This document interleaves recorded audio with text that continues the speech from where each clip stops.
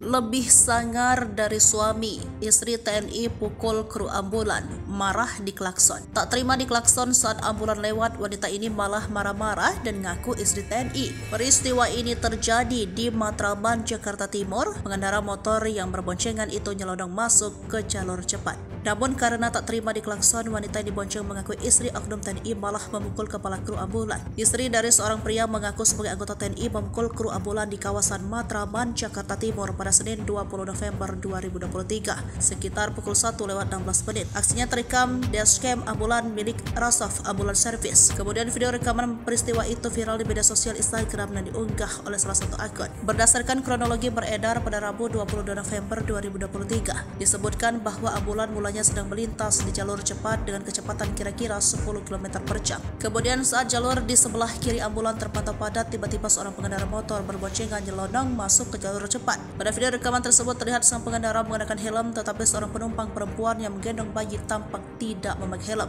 Pengendara memotong laju dari sisi kiri langsung masuk ke kanan sehingga mengakibatkan mobil mengerem mendadak.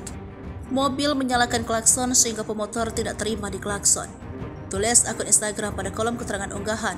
Setelah diklakson, pengendara motor lantas memperlambat laju kendaraan. Dia memepet ambulan hingga melaju sejajar. Karena dipepet, kru ambulan membuka kaca untuk menanyakan apa permasalahannya.